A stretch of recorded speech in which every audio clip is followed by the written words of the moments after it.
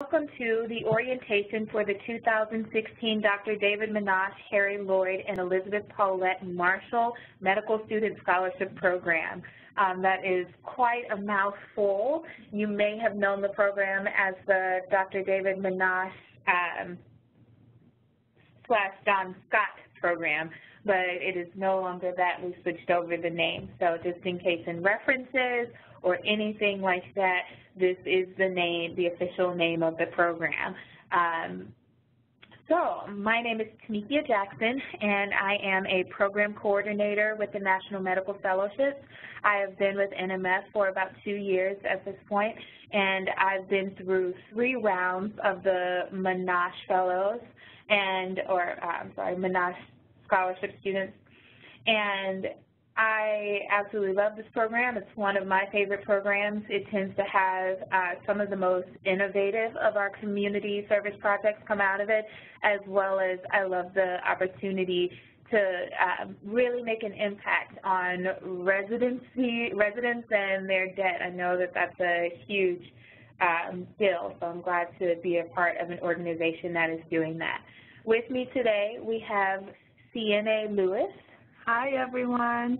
And CNA started with NMS just a few weeks ago, and she will hopefully be here with you guys sort of through the whole process and everything. She is in a program coordinator role as well, and you'll be hearing from her frequently, particularly over just the next few weeks. I'll be out of town the next few weeks, so if you have any questions, direct them towards her, and she'll do her best to answer them.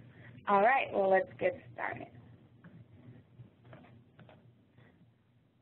So the sort of slogan that NMS is known for is changing the face of medicine. That's what we really look to do. Our mission here is to increase the number of qualified underrepresented minorities in medicine and the health professions. We achieve this through achieving an equity of opportunity in medicine and of access to quality health care for all, and to increase the number of minority physicians to better reflect and serve our diverse population. And our service learning programs are one of the strong ways that we do that, because not only is it equipping and helping future doctors who will be in the field, but you guys are really able to help people in underserved communities now. A lot of the programs that we do, and this is a requirement for the service learning programs actually, is to address a need in an area where there is a health disparity. And that need that you are filling, or the research that you are generating, really it tends to go on and to make an impact in the community, on the site, and the lives of the participants. And for the residents, you know, I just know in reading your applications, I was very impressed with the commitment to community service, and particularly those of you who are doing emergency medicine, sort of the innovative way that you're looking at attacking health disparities from that perspective.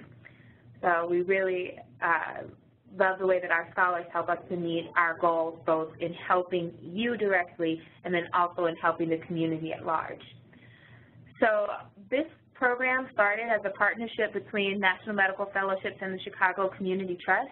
It started in 2010, and we have this is our 7th year of doing the program, and it hasn't really changed since its inception in terms of helping medical students financially and creating a program that serves the community. Those are the 2 things that we have been doing, and we've been doing it so well that they have continued to fund us for 7 years. So we are very happy about that.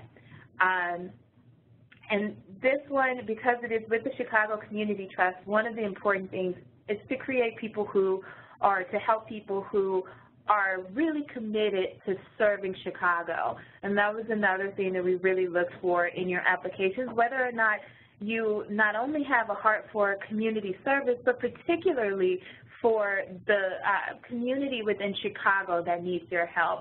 And so ideally, the investment that the Chicago Community Trust is making in this program and in your life is impact, is an investment in the city and in the community, and hoping that you will stay in that city and continue to impact medicine there for quite a while. So that's the hope. Our scholars for this year, so we have 10. There are 6 service scholars and 4 residency scholars. They include Mitra Kohan of Chicago Medical School at Rosalind Franklin University, Stephanie Ross at Rush Medical College of Rush University Medical Center, Emma Richardson at Rush Medical College of Rush University Medical Center, Alonzo Angelica at the University of Illinois College of Medicine, Tamandra Morgan at the University of Illinois College of Medicine, and Adrian Box at the University of Illinois College of Medicine. And as a service scholar, as you know, you receive a $5,000 award for your community service project. Little typo there.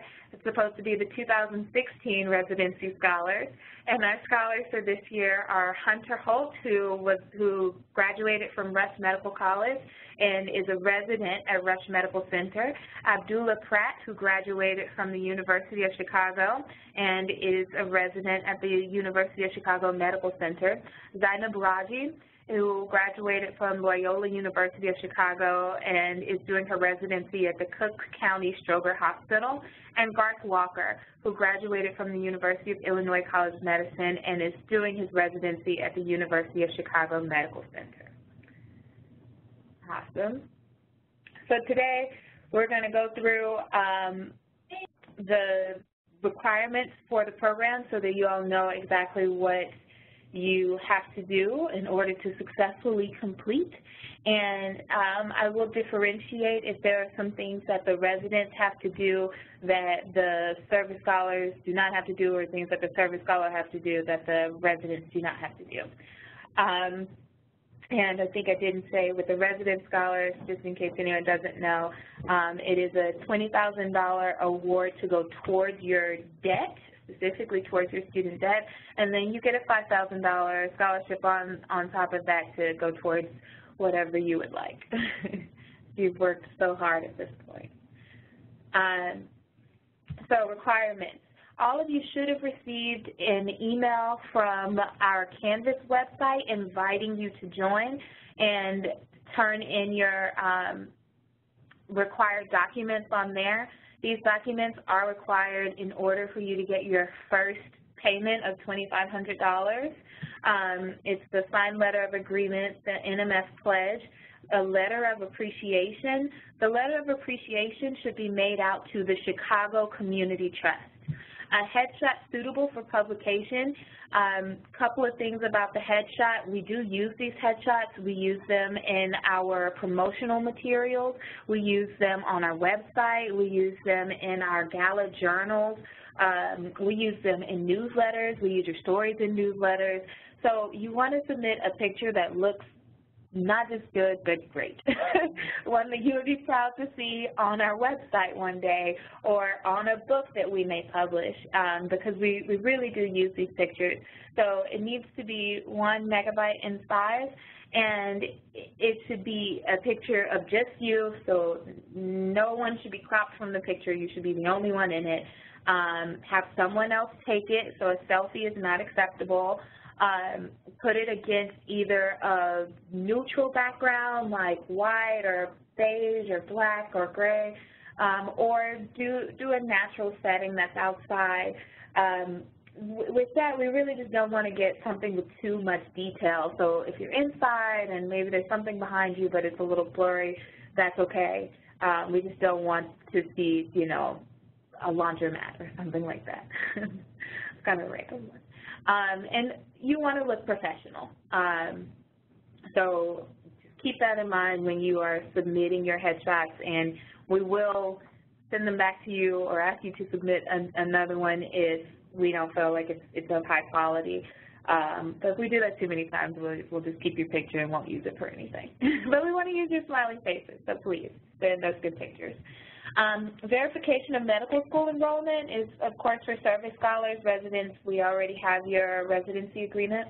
and that can come from your registrar's office if you haven't turned it in already.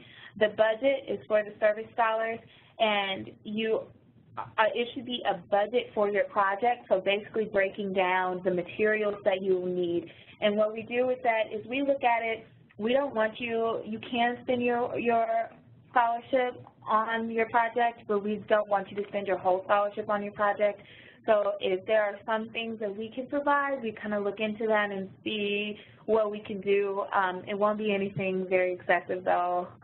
You know, we are very limited, but there are some things we have in the office, or we may have a connection with a doctor who's an alumni of or an alumnus of our programs who might be willing to help or something like that. So send in your budgets, and you know, if anything is too much, then we might look at how it can be more feasible. And then for the service scholars as well, find community health project proposal form, and that should have a description of your project on it, and it's pretty self-explanatory of all the details needed, including like who your mentor is, where they work, all of that sort of thing. Okay. Program requirements. Everyone is required to do a project report and to attend the colloquium. So the project report, there are actually 3 different items that should be there. I see one of them is missing from here. A written report that is 5 to 10 pages, an oral presentation, which is 6 to 10 PowerPoint slides, and then a poster. We have templates of each one of these items that tell you exactly what goes on them. For residents, the written report is more about your experience as a resident and sort of what you learned, so it's a little less of an academic paper than what the service scholars have to submit. Service scholars, your paper, your presentation, and your poster should all detail what did you do, how did you do it, and what were the results. Again, we have like pretty detailed templates on that to let you know how to do it. So the presentation is going to be presented at the colloquium. Everyone presents their presentation, service and residency scholars. And again, it's about, for the service scholars, it's about your project, what did you do, how did you do it, what were the results. For residents, it's about your experience as a resident, what have you learned, what are you going forward with, what are you doing as a resident, and we also ask you to talk about how the scholarship has impacted you in one way or another. The colloquium will be, as of right now, it's set for December 5th, 2016. It may change. There's a possibility, but it'll be around that time. We're going to try to get you a definite date within the next month. But it's going to take place around our 2016 Chicago Champions of Health Awards, which is a National Medical Fellowships Gala. A lot of our alumni are there. We use it as a big fundraising event, and you are invited to attend, encouraged to attend. Our galas are, like I said, a great opportunity for us to fundraise, but it's also a wonderful time for you to meet and network with the alumni who have come through this program and who are still very invested in NMS. You never know who you're going to meet, so it's a good idea to come. And also, you know, you might meet some of our funders or get to talk to some of them and convince them to give us some more money. Just saying. But that takes place, that for sure will take place on December 6th, 2016. And like I said, we'll try to get you a confirmation on the colloquium date within the next month. So you are required to do monthly updates for the service scholars. These monthly updates include program activities, meetings with your mentors, project updates, and reflections. So that final paper that tells, you know, all about your project, I think one of the things that I have found is that people who are really successful at doing a good paper are also pretty successful at doing monthly updates, because it reminds you of what has happened during your program. It reminds you of the things that you struggled with, the way that you fixed those things, and the things that you had success with, which it's good to have something to look at when you're going, over something that has taken place over the last 3 months. So I urge you to really take the time to write out the update, give yourself some details, give us some information. We want to know if you are having any problems. NMF is not punitive about problems or anything, but we want to know so that we can help you in any ways that we can, or provide suggestions, make sure that you're on schedule to meet the deliverables that we have set. The number of hours that you have to complete as a service scholar are 200 project hours. And the time that you spend at the end doing your poster, presentation, and paper do not count towards those 200 hours. Those are all made up of any planning that you do for your project, the implementation of your project, meetings with your mentor, and even doing the monthly updates that count towards the 200 hours and not the final reflection pieces. Your updates get submitted on Canvas. Your paper, presentation, poster, when they're finished, they get submitted on Canvas. That is the hub for all of your documents. Okay. So here's a little more information on the written report guide. Deadlines are here. November 6th is your first draft. Final draft, November 30th. We do look over them. We give you feedback on them. We want to make sure that it's not just a sort of random thing that you are writing, but that it's a quality paper that you're writing. So we have scholars who have taken their projects that they started here, and they have taken them out, gotten more funding for them, taken their information or the results to different conferences. They've received awards for the work that they have done. They've gotten more scholarships for the work that they have done. So it's not just about a project that you're doing for a $5,000 scholarship from NMF, but it's something that you can take beyond NMF. And one of the ways that you can do this, I'm sure as a medical student you're pretty aware, but is to take this work, submit it to different competitions and such, or to go to different conferences, and to really make this work for you, so that it's not just a project now, but it's something that really helps you with your career. We even had surveyed some of our scholars that have graduated, and they talk about how their projects that they did for an NMF program helped them when they were attempting to match with a residency. So it really makes you stand out when you lead a project like this. And I think it's in part because our projects are student-led, and you're not just volunteering with someone else, but you are picking the initiatives and really taking them on yourself. Here's some details on how to do this. So I would go through all of this, but honestly, it's best if you read it. It's going to come in handy when you are doing the report. Is going to be the most important part for you to refer back to this, and this information will be available on the Canvas website as well. But you need to make sure that your paper has all of these sections and touches on all of these things. So again, we're looking at creating quality work, and this is a very good starting place for that. If you have a better outline, feel free to use it, but we do want to make sure that at the very least you're meeting all of the things on here.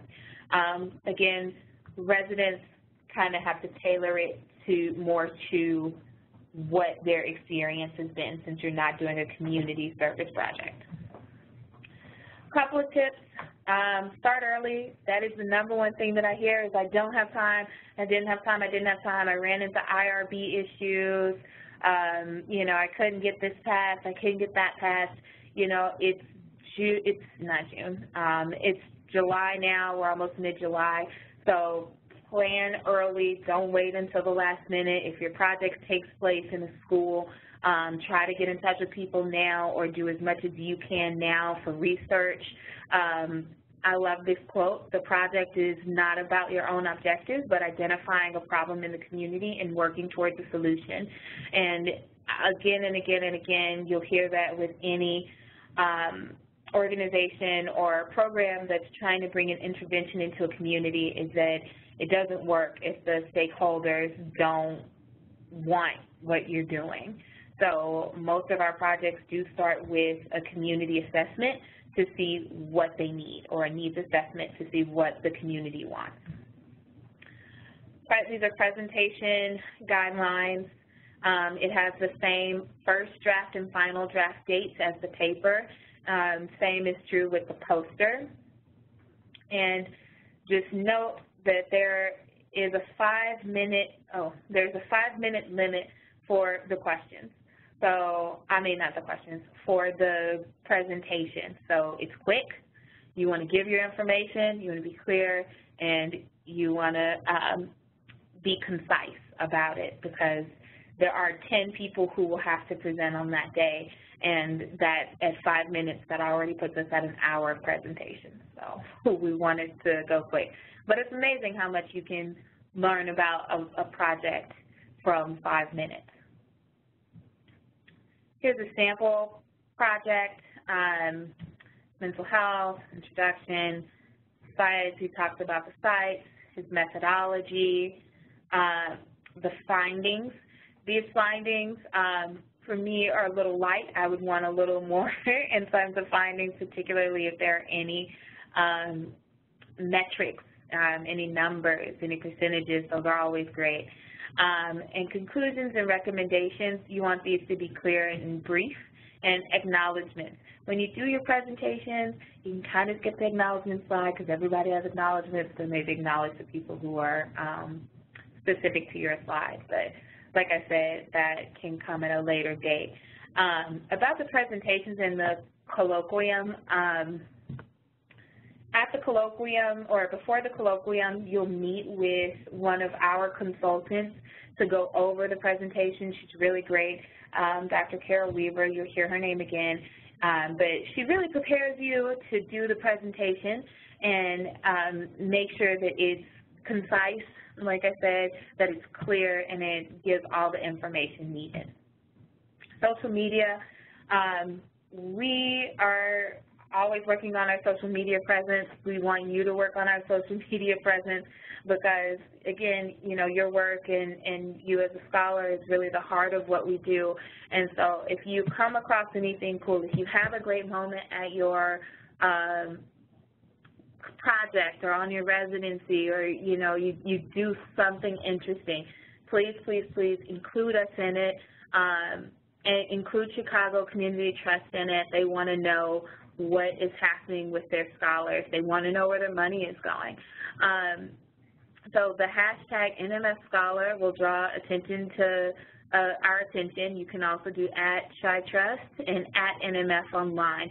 Either one of those would let us know that one of our scholars is doing something cool, and we will also share that with our network. We love to showcase the work of our students, but we have to hear about it, so please use those. We do evaluate our programs. For the service scholars, you have 4 surveys that will need to be completed, 2 of which done by you and 2 done by your site. There is a pre-survey for the scholar and the site and a post-survey for the scholar and the site. And those links are available on Canvas, but we can also probably also send them out to you in just a follow-up email to make sure everyone has it. But they are available on Canvas, and I can show you really quickly where they are just to make sure that that is clear. So when you go to Canvas, I know yours looks a little different than mine.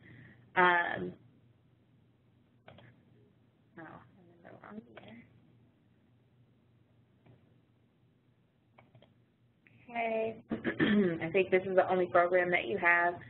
Under grades, at the top where it has your different assignments listed, you can click on these. So pre-program survey scholar, this link right here will lead you to the survey that you have to take, which is through a site called Fluid Review. Fluid Survey. My computer's moving slowly, but that's the link. This is where it will take you to fill out the survey, and you will need to submit that survey in order to get your first payment of $2,500. Okay, go back to my PowerPoint. And then for residents, you just have your pre-scholar survey, and then you also have a post-scholar survey. Okay, so thank you so much.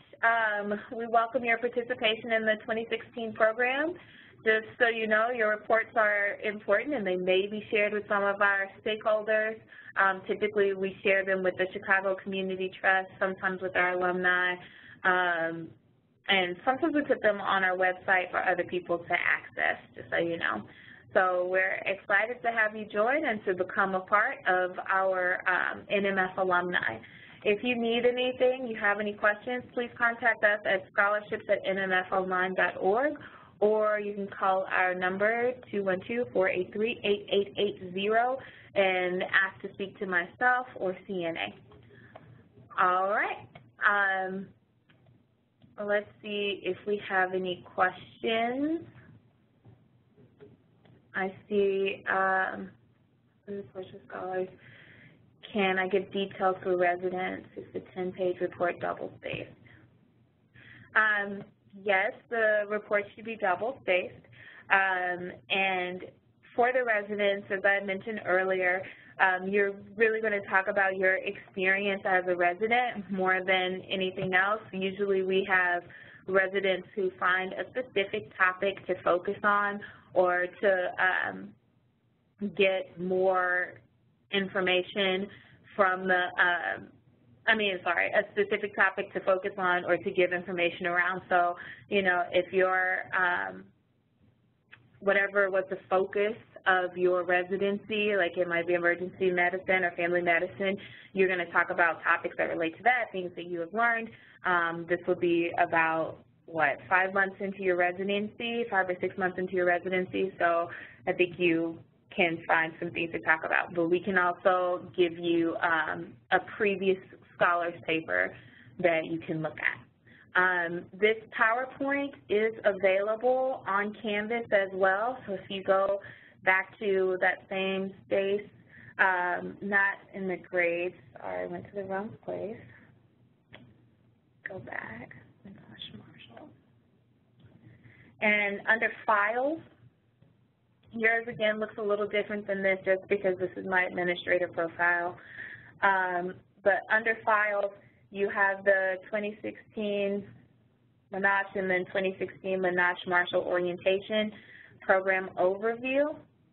And under the Program Overview, the PowerPoint is there. That's interesting because I just switched this out.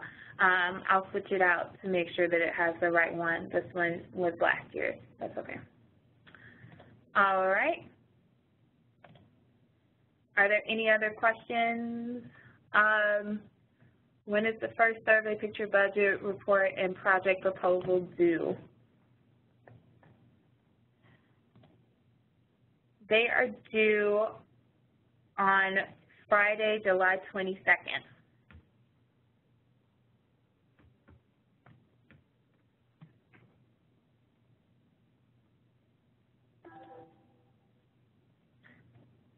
Okay. And for the survey scholars, you do need to make sure that your site mentor turns in their survey as well as yours. So you want to get those in as soon as possible. Like I said, I'll email out the links because I don't think they've been sent out before now. So I'll make sure they go out today just to make sure you have them. Okay, are there any other questions?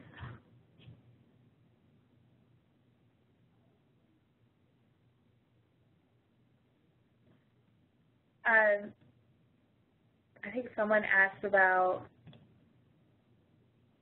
sample reports. I don't remember if this is a Okay. So actually on Canvas as well, under Files, there are sample reports, and it'll show you, like, for each one kind of what it can look like. So this is one sample for a resident. So you can take a look at that, get an idea of what you might want to write about. Of course, it should be specific to your experience.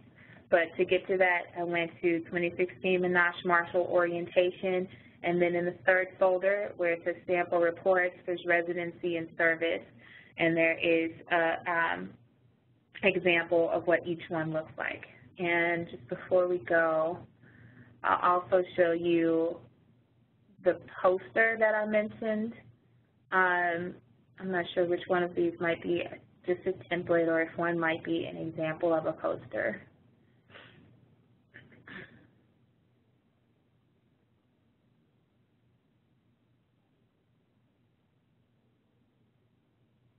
So this is just a template. Of course, all of this information can be changed or removed, but it has the different sections that you want to put in. Essentially, you're taking the paper that you write and putting it into a poster format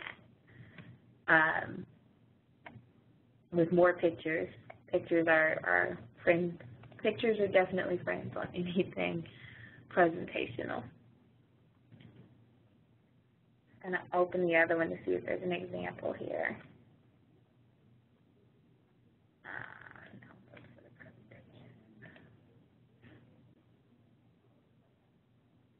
I can put a sample of the poster up.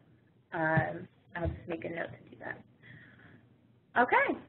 All right. Well, thank you all for your time, and we're glad to have you with us this year. We look forward to hearing about all of the great work that you do. As I said, this is one of my personal favorites, and I'm sure that this year will be no different.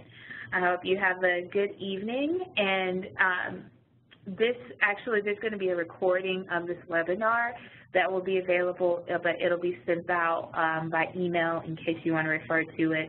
But again, the actual PowerPoint will also be online on Canvas under the Files section. All right. Have a good night. Thank you.